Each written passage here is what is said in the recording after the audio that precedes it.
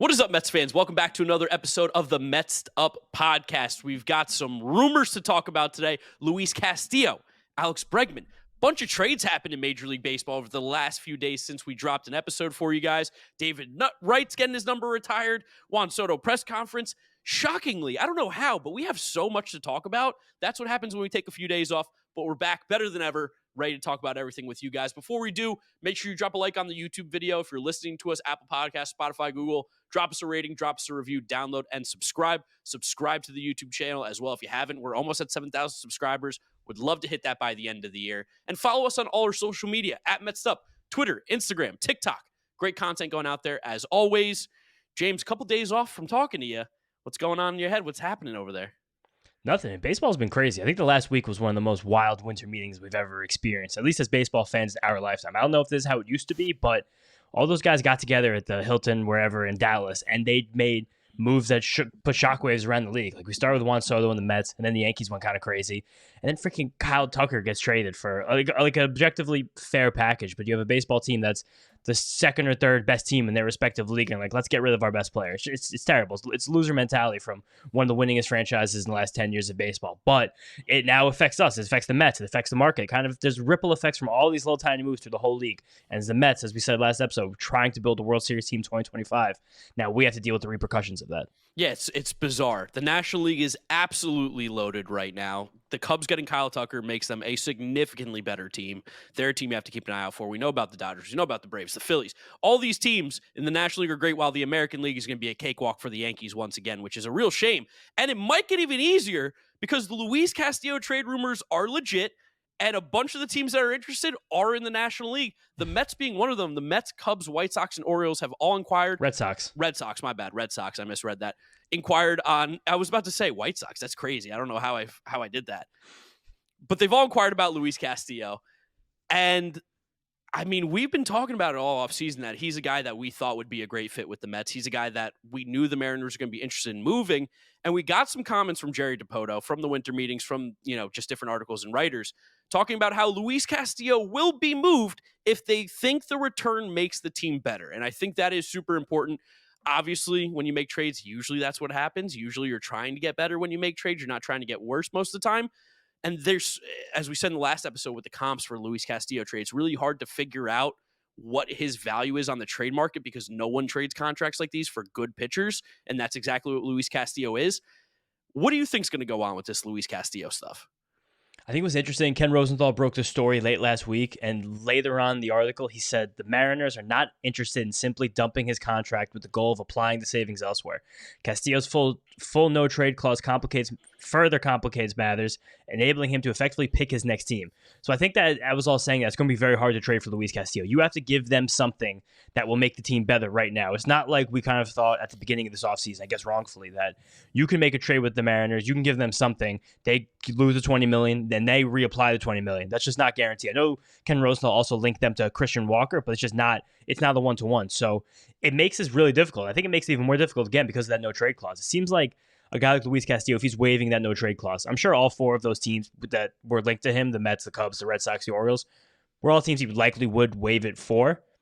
I think the Mets probably coming first with that. I think the Mets probably have the best infrastructure and the best group there around, the best chance to run out the rest of that contract with it. We just saw the Orioles make a trade for a rental pitcher. I know Castillo's not a rental, but then they seem to have no interest at all in re-signing Corbin Burns, which is super interesting. But this makes me think that a Luis Castillo trade's less likely than I thought it was 2 weeks ago. I don't know. That's simply how I read it. Then we had Peter Gammons, of all people, report on Twitter that the Red Sox offered Tristan Casas to the Mariners, and the Mariners said no. Which is crazy. I think it is crazy, but I think it also could be a case of maybe sometimes we and some people on Twitter were overrate Tristan Casas. We talked ad nauseum all year about how little value first basemen have in trades. Fair. True. And then just the fact that Seattle ballpark just swallows every single hitter up, swallows them up. Can't do anything. Someone put up the home road splits the other day on Twitter for all of the Seattle pitchers. It's kind of astounding. Castillo was about a run and a half better at home than on the road. ERA 4.5 on the road. Your home was under 3. And you go every single pitcher, like, whoa, there's actually a real thing. So I think maybe Seattle's pitcher park factor is not as pronounced as they are, but all these things together. And then Ken Rosenthal also in that article made a good point that I feel like we don't think about this a lot because we're like, oh, the Mariners rotation is amazing. After that glump of 5 guys, 5 great pitchers, there's nothing. They have nothing. They don't really have a 6. They don't really have a 7. They don't really have an 8. They're waiting for some more prospects to take the jump and step forward, but they don't have that yet. All of this stuff, I know it seems now like, oh, Castillo's definitely going to get traded. For me, it was like, I don't think he's getting traded anymore. The one thing I will say is the thing that makes it feel difficult for the Mets and where we thought we had the advantage was that we can take the money. And that's where we have the advantage over every team in Major League Baseball right now is we will take the money, we will pay. But with the Mariners saying they will only do that trade if the return makes the team better, it's really hard to find the puzzle pieces for the Mets that makes sense to trade for Luis Castillo that makes the Mariners better along with the Mets. Like, I can tell you how we can make the Mariners better, but it doesn't make us any better by getting Luis Castillo.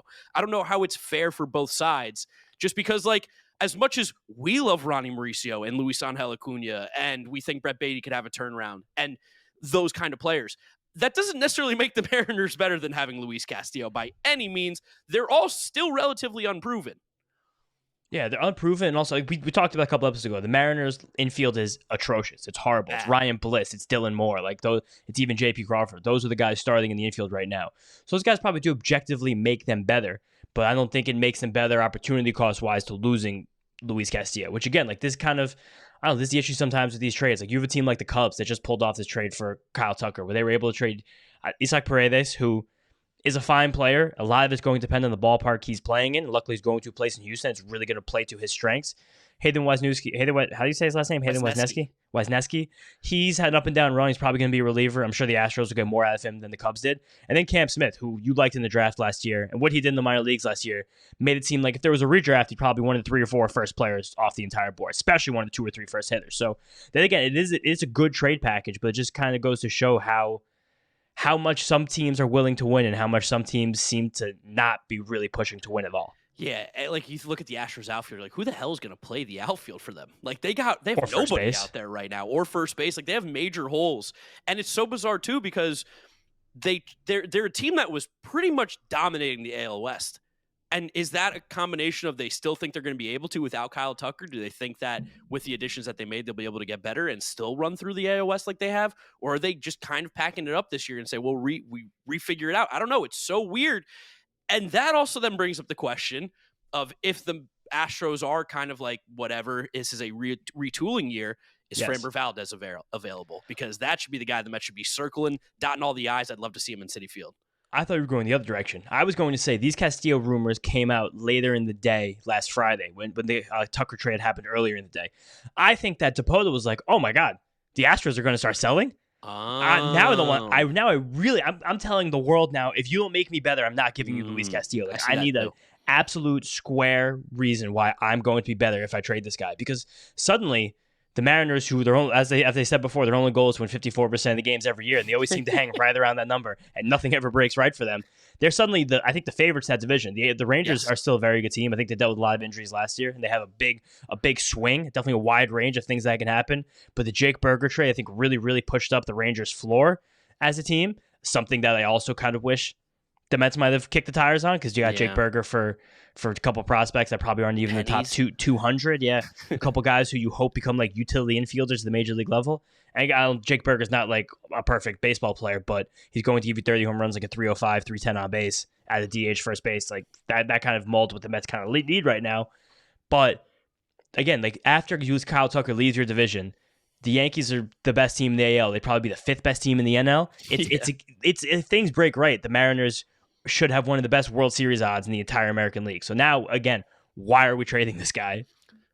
It's a good point. I mean, I don't know.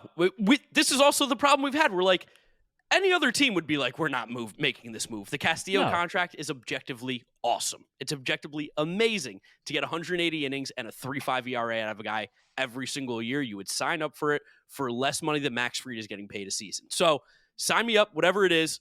It just feels like it's going to be really hard and almost impossible for the Mets to get him. That's part of it too. I think the Max Fried contract like puts spackle in the whole pitching market. They're like, he got 8 years. Everyone's like, oh, I'm gonna chill. Give me that extra year. Jack Flaherty's like, give me 6. Ramanai, give me 5. Corbin Burns, give me 10. And there's been no market, it seems like, on any of these guys since Max Fried signed that deal last week. Listen, None. if Max Fried signing with the Yankees fucks everything up, I love that move even more. That's fantastic. I guess, but not for us because the Mets need pitchers. We did a whole episode last week about how the Mets are going to find pitchers. And now it Just feels like it's still hard to find. waiting game. It's all about the waiting game. Blake Snell was signed in March last year. We can wait.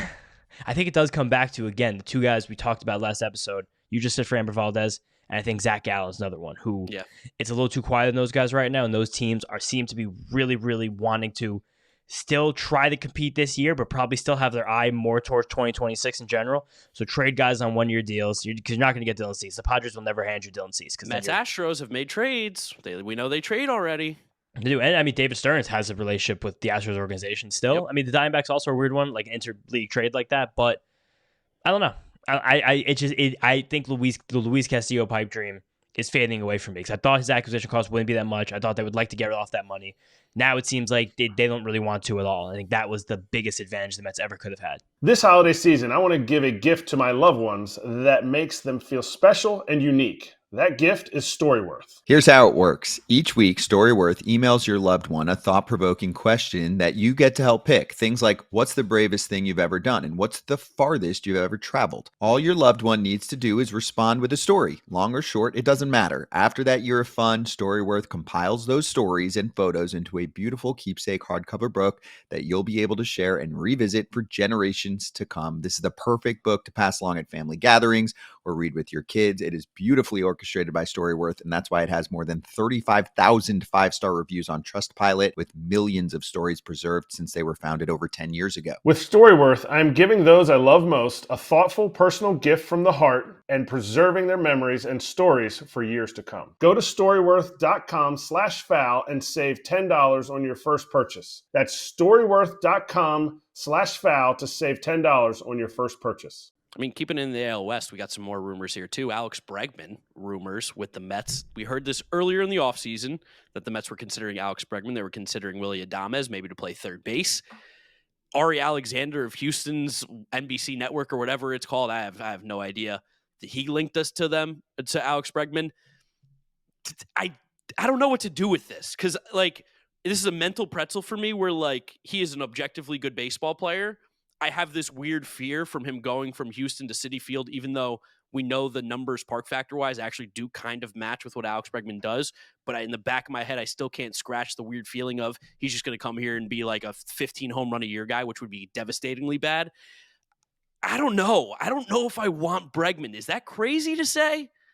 I think it's a little crazy. I think the reports of Alex Bregman's demise have been a bit exaggerated. I think you can still lock in 50 extra base hits for this guy every single year, 60 extra base hits, and I don't think that's something to fear, even though he's had the power downturn because he kind of just benefited similar to Gleyber Torres from the fake baseball in 2018 and 2019.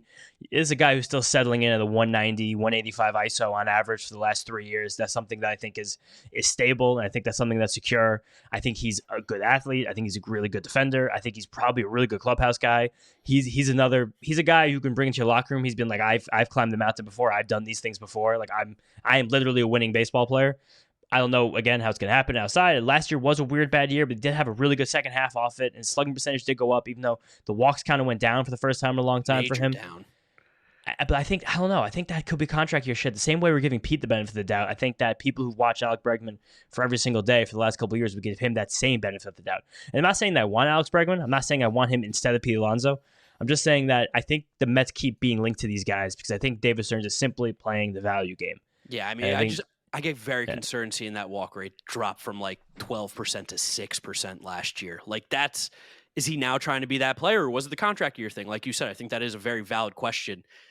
He's no doubt a good player. I think like it's not an argument of that. I can't get rid of that feeling that he's going to come here and just the power is going to be gone. How many years and how much money would it take for you to be excited about Alex Bregman? For me to be excited? Yeah, to be like, oh, we got Alex Bregman. Nice. If we got him for $25 million a year for 5 years. 5 for 125. 5 for 125? Do you feel the exact same way about Pete? Yeah. The same exact years and money? Same exact years and money. Okay, I'd be good. very excited with both of them. I just, like, Bregman wants what, like 30 mil probably a year, it seems like? I think that seems to be where they're starting, but there's definitely no way they wind up There's getting no that. shot he should. No chance Yeah. in the world. I also think that maybe this market's freezing for the Mets a little bit, and this is just pure conjecture. This is just me saying things. Sure. We've had a conversation about this off air. I think everyone's becoming very aware that next year the Vladimir Guerrero is going to be the marquee free agent in the class, I guess along with Kyle Tucker. But in terms of first baseman, I think Vlad is head and shoulders above every other player, especially given his age and his context and his value and every single thing he's able to do at the plate. I know he kind of gets some crap because he had the amazing year, then he had the down year. Look at his season, who he did last year. Truly and simply one of the best hitters in baseball. And luckily for us, because we signed Juan Soto, and Juan Soto broke every single record in the open market, no players are ever going to sign extensions again. I don't care if you trade for them. I don't care what you give up. No one's ever signing that extension again. Bobby Witt Jr., I'm sure, put his agent in a headlock mid last week. I'm sure he's like, why would you let me sign this deal? What the hell were we thinking? But that's just never going to happen anymore. So I know there's a lot of Mets fans who have these fantasies right now, these fascinations of trading for Guerrero and giving him a bag. It's our fault. We're the problem. We're toxic. No one's ever signing an extension ever again. No, we just killed Ever. that. Definitely. Done. I mean, and Vlad Guerrero Jr., his dad played in the pros. He was never signed an extension to begin with anyway. And he was going to hit free agency forever. I mean, his dad was a free agent at one point. So it really does screw things up, though, because you look at the next free agent class and it's loaded. It's loaded. Super On the loaded. pitching side, you got Vlad Jr., you got Kyle Tucker on the hitting side. Like, those are two premier baseball players. And there's a lot of guys kind of in the rest of that, in that like next tier below them. It's a bizarre world where we're in, where like we're all looking ahead, it feels like. And do you want to spend that money now for 1 year when you could maybe wait a little bit longer? And like you said, I think the Mets know that they can outbid anybody. I don't think that's something that's going to change because they signed Juan Soto. So why outbid when you think there's a better guy next year that you could get? And there's also something that we talked about a lot, where the Mets want to become the Dodgers. Say they want to become like the Dodgers of the East Coast. The Dodgers don't go willy-nilly signing these players in the middle tier. The Dodgers don't give players $25 million a year for 6 years. They just don't sign those deals because they wait for the moment to strike. And when Betts, Freeman, Ohtani, Glasnow, Yamamoto become available, but Teoscar 1 year deal. I'm saying when those players who are market breakers, like market inefficiency guys who are not players of this caliber, this age, this level of prime left, do not come on the open market. That's when they pounce. That's when they jump. That's kind of the goal here. Exactly. You want to be able to keep yourself open for all of these marquee players. It's not really just about peppering and giving out like a fair contract to a fair free agent now, because you want to be able to have as many superstars on your team as one time, which is, it's a whole new world for us Mets fans. This is a new galaxy we're living in. And then also it gets complicated. In the same world, we say that, and then we're like, give us all the garbage pitchers. Let's fix Griffin them. Cannon, come on down. Can't wait for that one. But it's also where this corner market isn't really as dead as the other hitter markets. Definitely not relatively. Like if you want a middle infielder right now, you want anyone that plays up the middle at all, it's kind of a mess. Like we talked about last week, like Cody Bellinger seems somewhat attainable. The Mets haven't been linked at all, but he definitely seems attainable. Josh Naylor seems very attainable. Yandy Diaz seems very attainable. Nathaniel Lowe, with the addition of Jake Burker, like I just said in Texas, these guys feel very attainable on 1 or 2 year commitments for not very much money. It seems like there's a lot more creativity that can happen on this corner infield market that can set the Mets up for possibly getting their next megastar, possibly. But we also still want to compete for World Series 2025. That's top of mind all the time. But it's about modeling what the Dodgers have done with their payroll, where you're flexible and you're ready for the freaks, the superstars that become available, and don't just keep feeding into the middle class of free agents. Yeah, and I think to echo what Juan Soto said in his press conference when he was talking about one of the reasons why I picked the Mets, he loved what Steve Cohen said for the plan for this team, that they're not just satisfied with signing Juan Soto. They're going to continue to improve this team. So I know everybody gets so nervous because it's been 3 days since the Mets signed someone for $800 million. And it's like, what are we doing? David Stearns is sleeping. It's been 7 actually, so get your shit straight. Officially, he signed the paper the other day, and he signed it at the table that we did a lot of interviews at, which pretty cool to think about. We were there first. That's our table, but they're going to make moves. Just like patience. This market is so jammed right now. Our fault too. Our fault, major. But that's also great. That's a huge advantage to us that we jam the market, because as days and days go by, Pete Alonso's going to get more and more nervous, and maybe we sign him for a one year prove it deal, and then we sign Vlad Jr. in the next season. Like I'd love Pete back, but his market, like, why the fuck would you pay him right now? There is no reason to pay Pete Alonso before February, truthfully. No, literally. And again, Christian Walker's still out there. He's not very good, but Paul Goldschmidt's still out there. He is pretty good. Carlos Santana's still out there. We and just gave all you the 3 trade guys. Yeah. Yes, like we just said, 3 or 4 guys who are very available via trade. Like there's just a lot of options right now. And also, this is not even close to the most pressing concern in this Mets roster. No. It's still by far is pitching. And I think that David Stern's probably thinking about talking to teams and players that we don't even have close to our radar because they have to figure this pitching out, and it's not going to be Corbin Burns because his market is also dead right now. There's no one linked to Corbin Burns outside the Giants. It seems like they're probably playing a game of chicken to see how little money they can get him for. But it doesn't seem like I feel like we had the huge flurry and we had massive things happen. Literally 2 of the 7 best hitters in baseball changed teams last week. Yeah. And now it seems like we're going to back into molasses offseason. And we're approaching Christmas and the New Year, and we know that baseball 100%. goes into complete hibernation during that time. So besides Dylan Betances, never forget that Christmas Eve, Dylan Betances signing with the Mets, and me being like in the car, what the fuck are we doing? Like, why did we sign this guy? No, but I think that I think a lot of Mets fans are antsy, and understandably so. We just signed one of the best players in the universe on planet Earth. That's the sport that they play. But I think there's a lot more time left in this offseason. This time last year, we had just signed Luis Severino. We had not signed Sean Manaea. We hadn't yet signed Harrison Bailey. Like we hadn't done most of the things we did. Mets. Yeah, we still worked for the Mets a year ago today. We still hadn't done most of the offseason yet. I think that David Stearns is going to make his money and going to make his impact on this roster. January, February, minor league deals, Griff Canning, 1 year, $6 million, bullshit like that. Like that's how we're going to do this. That's how we're going to make this team a winner. And we still have a lot of time to do that. We've got to be like the most frustrating podcast for like new listeners because like we come on and we're like, all the things that got you excited, take it easy. Relax. Not real. It's not happening. It's not real. Yeah, we'll be like, how about this trade for Luis Castillo? How did they say no? We'll give you Jeff McNeil, Brett Beatty, and you know what? You could have Tyler McGill. Who says no to that? Like the Seattle Mariners say no. That's also fun because we're going to put those guys in the title. We're going to put those guys probably on the thumbnail. It's like, there's almost no way the Mets get either of these 2 players. No. Okay.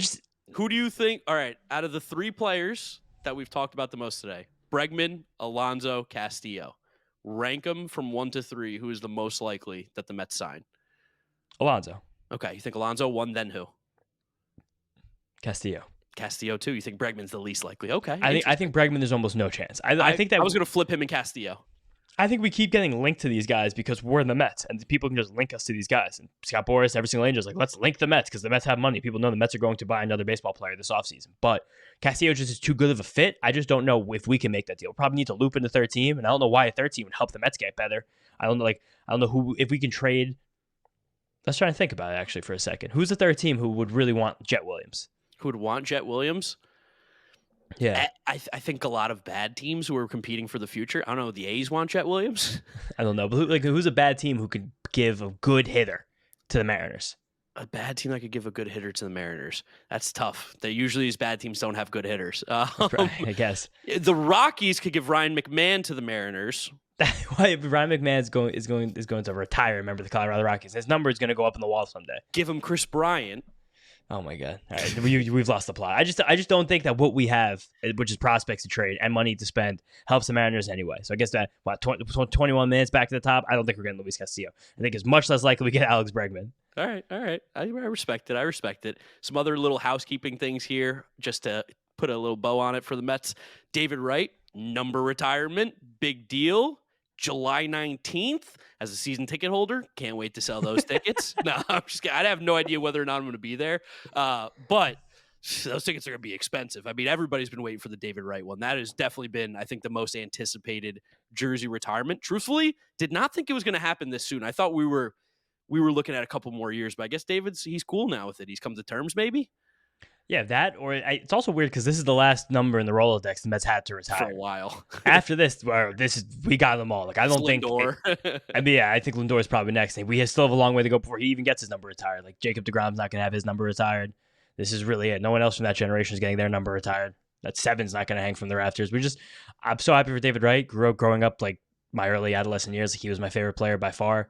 I wish I had a time machine to tell him not to try and tag out Carlos Lee at third base in 2011. But Jesus, well, I mean, we'll always remember. He's the biggest what could have been in Mets history. Like I think his number deserves to be retired. Like he growing up as a Met fan that era, I think it's hard to describe people who weren't, where it's like this was such a beam of light that Out you of never control. ever thought was ever going to happen in that way. And he was like perfect, everything about the way he acted, the way he played, like his leadership ability, like power, speed, defense, batting average, like a true 5-tool player who was the complete package. Would have grown up to be, and he was also like ridiculously famous. He was like cover MLB The Show, Captain America in the World Baseball Classic. Like he was the it guy. Lady killer. He was the superstar. Like everything. It feels like what Bobby Witt is now is kind of like what he was then.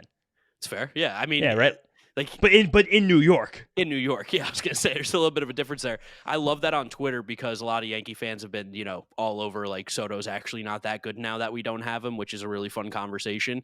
And they've been comparing like first 5 seasons or first 6 seasons from like Soto to A-Rod, which is so fucking funny for Yankee fans to just be, and children, cover your ears, but to just be sucking that guy dry. A guy that they hated and booed and just vilified for years to now be like, well, he's not A-Rod. A-Rod's ours, not you.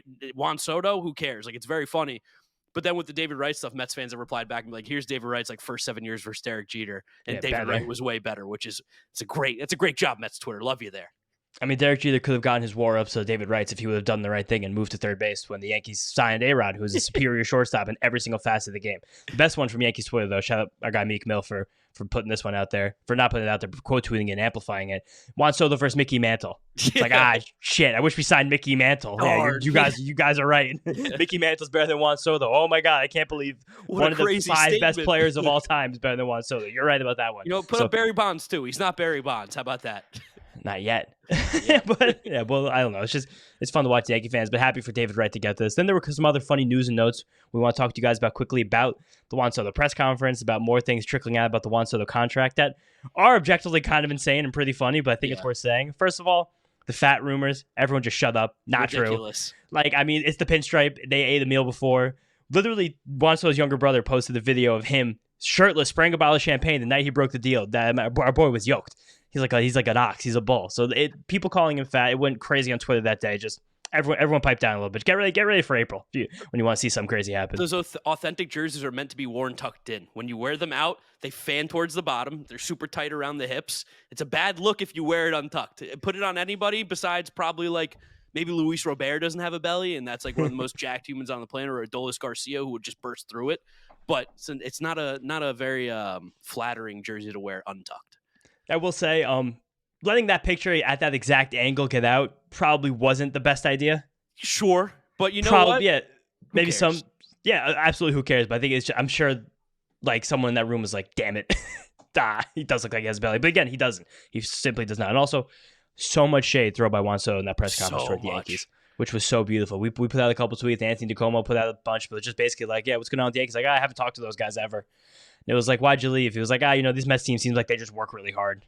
My favorite thing was that he talked about how he didn't reach out to any Yankee players after the season ended and nobody reached out to him, which I thought was super funny. And then Bob Nightingale put out the rumor that he changed his cell phone number, but then Randy Miller was like, his cell phone number is the same. I have multiple people who are like, he was answering texts and calls on the same number he's had forever.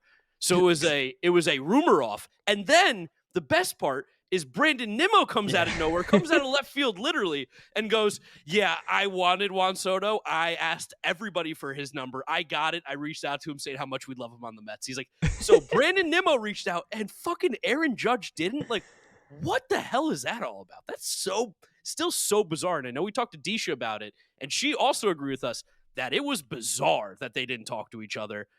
I mean, he must have hated it there. If I now see like all the clips that are going around and like you see him on the dugout when things are going on, he's just like, what the fuck, man? Like he looks like he's not having fun.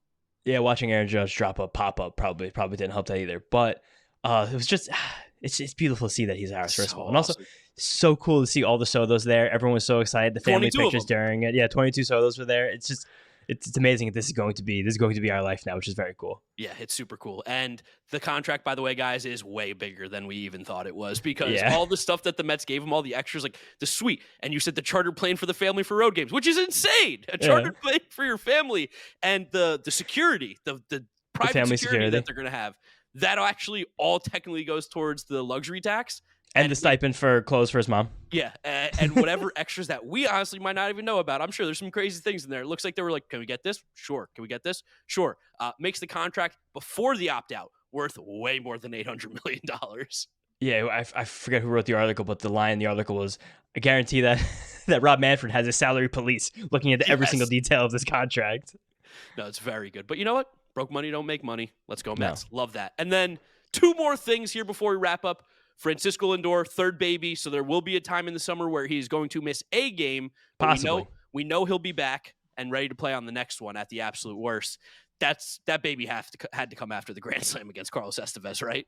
We're gonna keep an eye out, but if that baby is born in anywhere from the 1st to the 3rd week of July, it seems like that baby lines up with the end of the NLDS. So take that as it will. But congratulations to the Lindors, and also just to remind fans to be like, I can't believe he's going to have a baby in the season.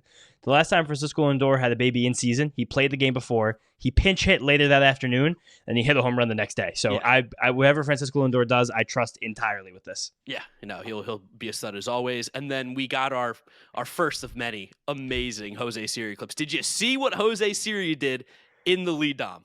Yeah, I really did. He got thrown out trying to steal third base, slid around the tag, and then he jumps around the third baseman, who, mind you, is Jonathan VR for a second. Crazy catch right there.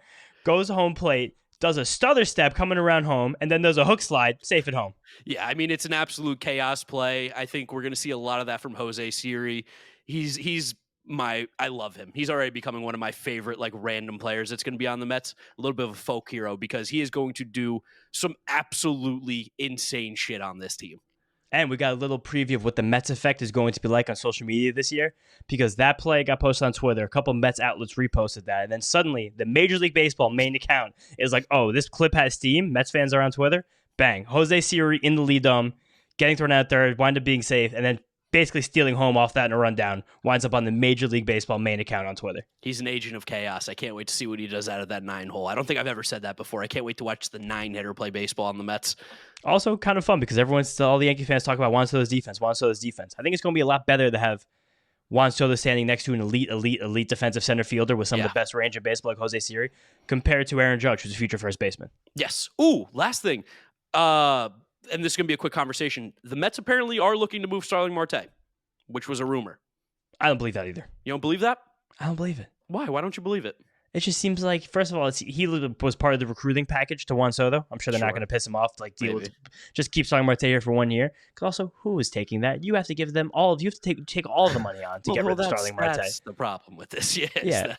If I'm going to pay Starling Marte $20 to pay against me, just be on the team. Get 400 at bats. I do not care. Fair. All right. Well, and you did say he's forgiven for all his transgressions. Oh, I mean, no transgressions. Starling Marte was an all-time Met. He's one of the greatest Mets I've ever watched play in my life. I can't wait when I have popcorn ready on opening day to watch Starling Marte run down a ball in the outfield. This is a Starling Marte podcast. Always has been. I'm glad James is finally around to it. Guys, thank you so much for listening and watching this episode. Remember to drop a like on the YouTube video and subscribe to the Mets'd Podcast YouTube channel, as well as on the audio feed, Apple Podcasts, Spotify, Google. Drop us a rating, drop us a review, download, and subscribe. You can follow James on Twitter at James_Shiano. I'm Draftnik Mark with a C. Thank you guys for listening and watching, and we'll catch you later this week to talk about whatever the hell else happens in the Mets world, because seemingly something's going to happen. Peace out. See you guys next time. Let's go Mets.